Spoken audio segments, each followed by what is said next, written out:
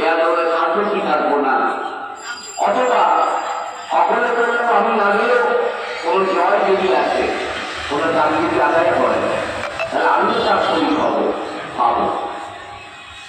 আমরা বলছি যে এই বিধান পত্রিকার মধ্যে থাকবেন না।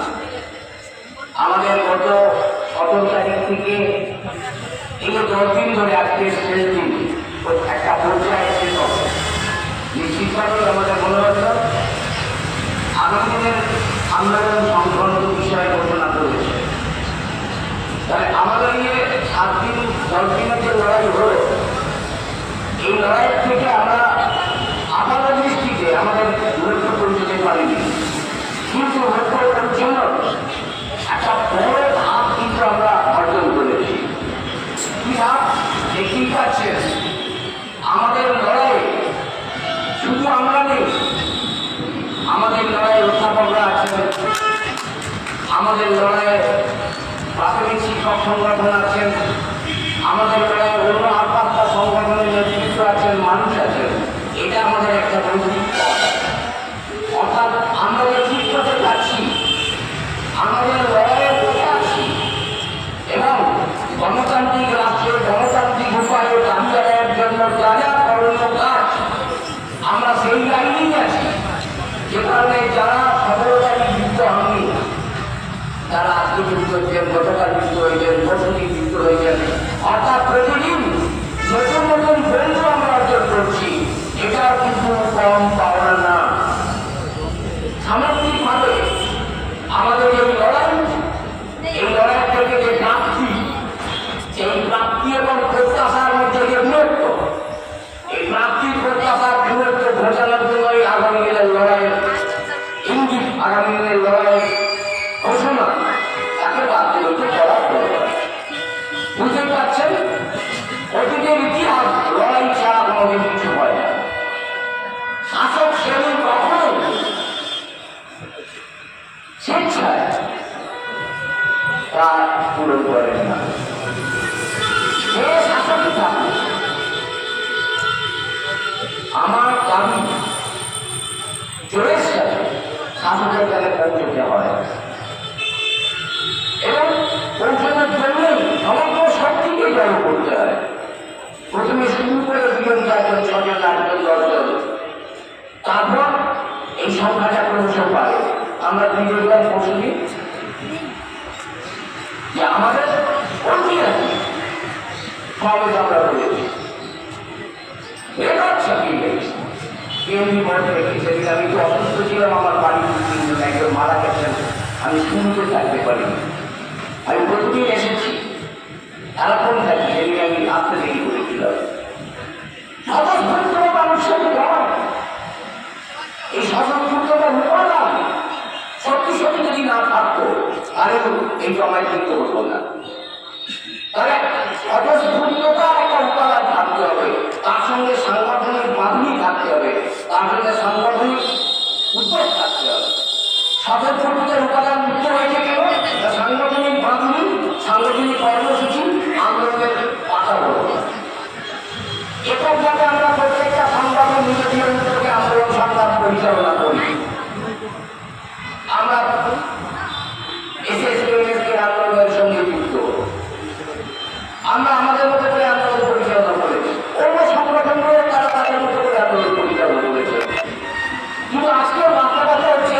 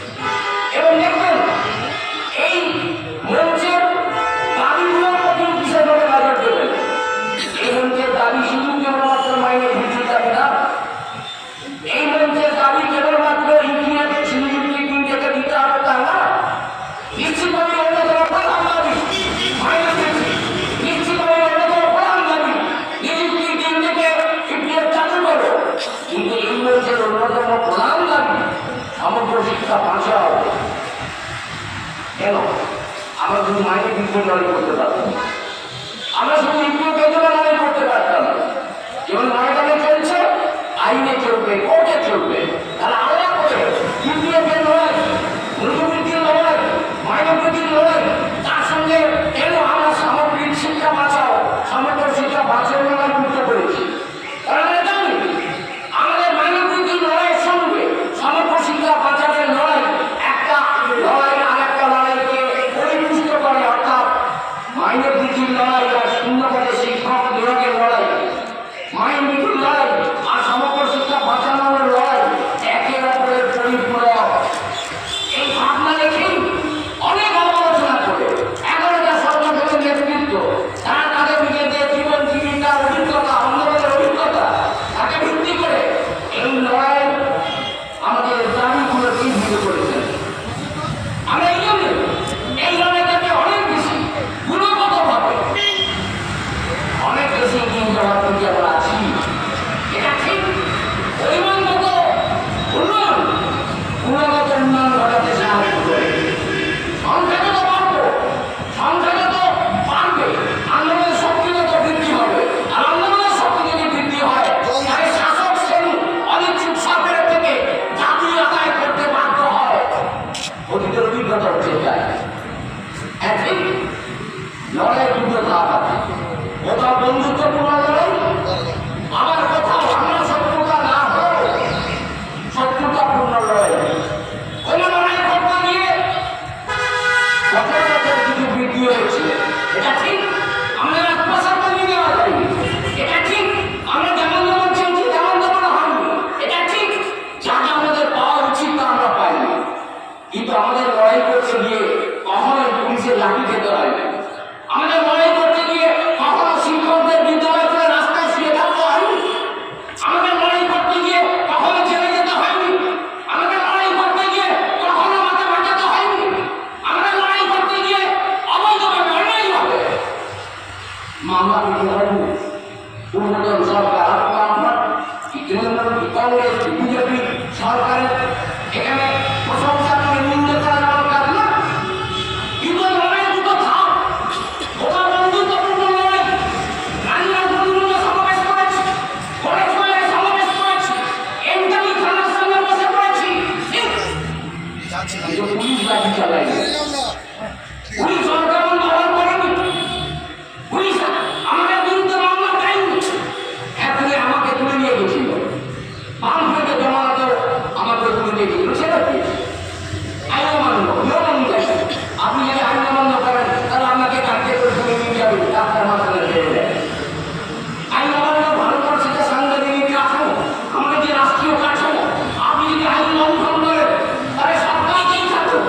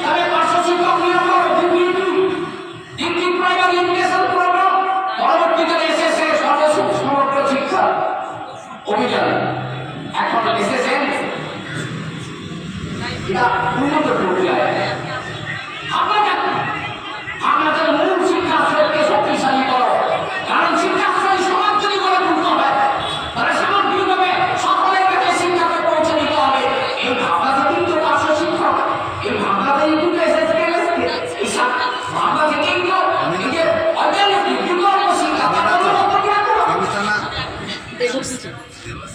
আরেকটা সরকারে যদি দৃষ্টিভঙ্গি হয় যে যত কম জানো তত কম মানে, এরা যত বেশি জানে তত কম মানে। আপনি জানেন না, কিছুই পড়েননি, লেখাপড়া করেননি, আপনি অন্যের উপর নির্ভরশীল হবেন। আপনি যখন জানবেন, বুঝবেন, বিতর্ক করবেন, তর্ক করবেন, এক কথা মেনে নেবেন না। অর্থাৎ যত জানবে তত কম মানবে। অতএব জানার পরিধিকে ছোট করে ফেলো। তার জন্য 8,000, 10,000, 12,000, 15,000 প্রতিষ্ঠান উঠে যায়। একজন শিক্ষক কতদিন পরে উঠে যাবে, 5 জন শিক্ষক উঠে যাবে। কারণ দৃষ্টিভঙ্গি হচ্ছে যত কম জানে তত কম মানে। এদের বেশি জানালে কম মানবে, যুক্তি করবে, বিতর্ক করবে, জানতে চাইবে। টাকা না হারো নিবে, তাই মানিয়ে লইব, হবে না। জল উপরে ওঠে না, যুক্তি দিয়ে দেখবে না, জল কখনো উপরে ওঠে না, নিচে নামে। আগুন নিচে নামে কখনোই না, আগুনের ধর্ম উপরে ওঠা। এই যে যুক্তি বিজ্ঞান, যত সে জানবে সে যুক্তি বিজ্ঞান দিয়ে বিচার বিবেচনা করবে। শাসকের কথায় সে মেনে চলবে না, সে বিতর্ক করবে, বিতর্ক করবে। এটা ঠিক, এটা ঠিক, সে চিন্তিত করতে পারবে। তাই লেখাপড়ার সুযোগটাকে সংকুচিত করো। একটা অংশ চাইছে শিক্ষাকে প্রসার ঘটাও, আর একটা অংশ চাইছে শিক্ষাকে কুক্ষিগত করো। যা বাপের টাকা আছে সে করবে, যা বাপের টাকা নেই সে করবে না। এই দৃষ্টিভঙ্গি খারাপ, আন্দোলনের খারাপ। আমি বলেছি একটা আন্দোলনের শিক্ষক আক্রান্ত হয়, আর একটা আন্দোলনের শিক্ষক অন্তত আক্রান্ত হয় না। 2 টাকা, 5 টাকা, 10 টাকা হলো প্রতি বছর বৃদ্ধি হয়েছে। আজকে 11 সালের পর থেকে আজকে যে বাজার দর সম্ভব নয় সংসার চালানো। আমরা টাকা জানাবো, আমার অভিভাবক যারা তা কিন্তু আমার দাবির কথা জানাবো। আজকে আমরা দেখছি, আমরা বারে বারে বলার সত্ত্বেও সরকার তার ঘুম ভাঙছে না। আর ঘুম ভাঙানোর জন্য সমগ্র শক্তি নিয়োগ করতে হবে। এটা ঠিক। যারা এসেছেন তাদের দায়িত্ব বেশি, যারা আসেননি তাদের কাছে বার্তা পৌঁছে দেওয়া। যারা এগিয়ে আসেন তাদের দায়িত্ব বেশি পড়ে, তাদের ঘাড়ে দায়িত্ব নিতে হয়। যারা আসেননি তাদেরকে দায়িত্বশীল করে তুলে সংগ্রামের ময়দানে নামাতে হয়। তার জন্য সাংগঠনিক পদ্ধতি, তার জন্য প্রচার, তার জন্য প্রচার মাধ্যমকে ব্যবহার করা। আমাদের ফেসবুক, হোয়াটসঅ্যাপ, ইনস্টাগ্রাম, টুইটার, যা সামাজিক মাধ্যমগুলো আছে, আমাদের তথাকথিত যে প্রচার মাধ্যমগুলো আছে, সবাইকে অ্যাভয়েড করছে তারা। আমাদের আন্দোলনের সংবাদ টিভিতে জানানো হচ্ছে, বিভিন্ন চ্যানেলে দেখাচ্ছে, কম হলে দেখাচ্ছে। ইমোর উপর নির্ভর করলে হবে না। আমাদের প্রচার মাধ্যম হচ্ছে আমরাই। আমরাই যদি আমাদের বিদ্যালয়কে, আমাদের ব্লকে, আমাদের জেলাকে আজকের দিনের বাস্তবতা, আজকের দিনের চাহিদা, আজকের দিনের চাহিদা বাস্তবতাকে মাথায় রেখে আন্দোলনের বিজয় যদি সংগঠিত করতে হয়, তাহলে আপনি এখন কেন জাননি? আসুন, যদি আপনার কিছু বলার থাকে বলুন, আপনি বলুন, আপনার অভিজ্ঞতার কথা বলুন, আপনি মত বিনিময় করুন। আমাদের আন্দোলন ঠিক পথে যাচ্ছে কিনা বিচার করুন, বিশ্লেষণ করুন, সবার পরামর্শ দিন, সঙ্গে থাকুন, সাথ দিন, আর আন্দোলন শক্তিশালী হবে। 17 দিনের আন্দোলন, 10 দিনের আন্দোলন, 17 থেকে 26। আমি একটা কথা মাঝে মাঝে বলছি, যদিও আজকে দিনের প্রাসঙ্গিক হিসেবে বলছি, সোভিয়েত রাশিয়ায় 7 থেকে 17 নভেম্বর বিপ্লব হয়েছিল।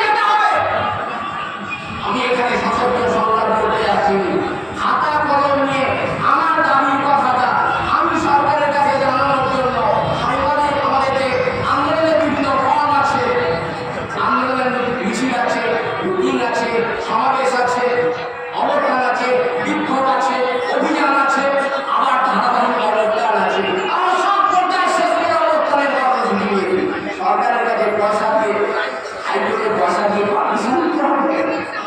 আমরা কোন জায়গাতে আছি, কোন দেশে আছি, কোন রাজ্যে আছি? বিচার করবেন না। এই কোন দলকে মত আমার কাছে বিজেপি আপনি কোন দল করেন, কাকে ভোট দেন, এটা বিবেচ্য নয়। কিন্তু আপনি আপনার মতামত পোষণ করবেন, দাবি করবেন, তার জন্য আমাদের রাষ্ট্রে হয়েছে। কোন দেশে আছি আমরা, কোন রাষ্ট্রে আছি আমরা? এই জন্য আমরা বলছি এই অবদান আমাদের অত্যন্ত গুরুত্বপূর্ণ। আজকের এই অবস্থান আমাদের আন্দোলনকে এগিয়ে নিয়ে যাবে। আমাদের মনোরঞ্জন মন্ডল, আমি মাস্টার, যুবদলের যারা পার্শ্ব শিক্ষক, এসএসকে নেতৃত্ব সুদীপ পুলিশ যারা আছেন, আমাদের মনুর আছে, আমাদের উদয় আছে, আমাদের আঞ্চল আছে, এরা অসংখ্য তরুণ, অসংখ্য উদয়, অসংখ্য মনোরঞ্জন, অসংখ্য শ্রমিক আক্তার আমার সারা রাজ্য ছড়িয়ে আছেন। যারা দেশের কৌশল নেই, তাদের সংগ্রামী মেজাজ, এই সংগ্রামী মেজাজগুলো যদি এক জায়গায় আমরা করতে পারি, 3 থেকে 10 বছর আগে সব সাংসদের কাছে, সব বিধায়কদের কাছে আমরা যাবো। কিন্তু বিশ্বাসের বড় দরকার। আমরা কেউ কেউ অরাজনৈতিক কথা বলে ফেলি। আমি আবারও বলছি, এটা অরাজনৈতিক মঞ্চ, কিন্তু অরাজনৈতিক বলে কিছু হয় না। আমার ঢাকাটা বিধানসভায় 200 জন এমএলএ, 1 বছর এত বড় সংগ্রাম হচ্ছে, এত বড় লড়াই হচ্ছে, হাজার হাজার পার্শ্ব শিক্ষক কর্মবিরতি পালন করছেন, এসএসকে স্কুলের টিচার নেই, তাও ডিউটি নিয়ে এই অবস্থানে আছেন। একজন বিধায়ক, একজন নাম করবেন, কে কোন দল আমার দরকার নেই, একজন বিধায়ক, একজন আমাদের কাছে বিধানসভা উত্থাপন করেছেন না করেন। আমি অতীতকে কেন জানতে চাই? আপনাদের মনে রাখবে, সিপিআইএম এমএলএ রামশঙ্কর হালদার ফুলতলির এমএলএ ছিলেন। আমি সুজন চক্রবর্তীকে বললাম, সুজন দা, আমাদের পার্শ্ব শিক্ষক নেতৃত্ব বললেন যে আমাদের দাবিগুলো বিধানসভায় উঠবে না, বিধায়ক সংখ্যা কম দিলেন। রামশঙ্কর হালদার প্রথম বিধানসভায় উত্থাপন করলেন এই সমগ্র শিক্ষা প্রকল্পের কর্মীদের এই যে বঞ্চনা, এই বঞ্চনার প্রতি রাজ্য সরকারের কি পদক্ষেপ, কি উদ্যোগ নিয়েছেন আমরা বলবো না। এটা বললে রাজনীতি হবে। আমার কথাটা বিধানসভায় রামশঙ্কর হালদার তুলছেন। 293 জন এমএলএ থাকা সত্ত্বেও একজন এমএলএ আজ পর্যন্ত আমাদের কথা বিধানসভায় তোলেননি। আমি কথা বলবো না। নওশাদ সিদ্দিকী এই গতকাল শ্রমিক ভবনে বসে, মহিলা আছে, আমি আছি, আরো আমাদের ফিরোজ আছে, এনসিএলপি নেতৃত্ব ফিরোজ, সে আজকে আসেনি। আমরা প্রায় বৈশাখী বলে সেই মিটিংটা ছিল। নওশাদ সিদ্দিকী আসলো। আমরা বললাম, ভাই আমাদের কেউ কথা, আমাদের কথা বলার কেউ নেই। নওশাদ সিদ্দিকী বিধানসভায় উত্থাপন করলেন। আচ্ছা, নওশাদ সিদ্দিকীর কথাটা কি রাজনৈতিক? আচ্ছা, আমার কথাটা রামচন্দ্র হালদার বলেছেন, ওটা কি রাজনৈতিক? হ্যাঁ, রাজনৈতিক। আসলে বুঝি কি বলুন, আসলে মানুষের জন্য কিছু করা, আসলে আমার বেদনার কথা। আমি রাস্তায় বলি, মাঠে ময়দানে বলি, স্কুলে বলি, কলেজে বলি, আমার একটা খানায় বলি, কিন্তু আসল জায়গায় আমার বার্তাটা পৌঁছে দেওয়া দরকার। যার দায়িত্ব ছিল 293 জন বিধায়কের, তারা সে দায়িত্ব পালন করেননি। আমরা মনে করি না ভবিষ্যতে করবেন না। সে কারণেই 3 থেকে 10 আমরা আবারও মেয়েদের কাছে যাবো, আমরা আবারও সাংসদদের কাছে যাবো। কারণ ভারত সরকার, দিল্লির সরকার এই যে প্রকল্পটা সর্বভারতীয় ক্ষেত্রে প্রকল্প, এরা শুধু রাজ্যের নয়, তবে যারা এমএলএ এমপি আছেন, দিল্লির সরকারে বসে আছেন, আজ পর্যন্ত কেন সমগ্র শিক্ষা মিশনের অর্থের ইউসি আমাদের হলো না?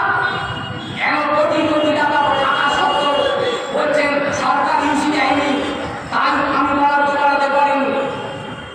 আপনার দায়িত্ব না? আপনি তো মনোনয়ন দ্বারা নির্বাচিত হননি। আপনি কেন্দ্রীয় মন্ত্রী যারা আছেন, আপনি যারা সাংসদ আছেন, তারা দায়িত্ব এড়িয়ে পারেন না। অতীতের অভিজ্ঞতা দায়িত্ব এড়িয়ে চান, কিন্তু আমরা অতীত থেকে শিক্ষা নিয়েও আবারও তাদের কাছে পৌঁছতে চাই। 3 থেকে 10 এমন কোন এমএলএ থাকবে না, এমন কোন এমপি থাকবে না, এমন কোন যে যেভাবে নির্বাচিত হন, সে বিতর্ক নির্বাচিত, কিন্তু নির্বাচিত হয়েছে ভারতীয় সংবিধানের সকল বাক্য পাঠ করেছেন যে মানুষের কল্যাণে আমি দায়িত্ব পালন করবো, মানুষের কল্যাণে আমার উন্নয়ন প্রকল্প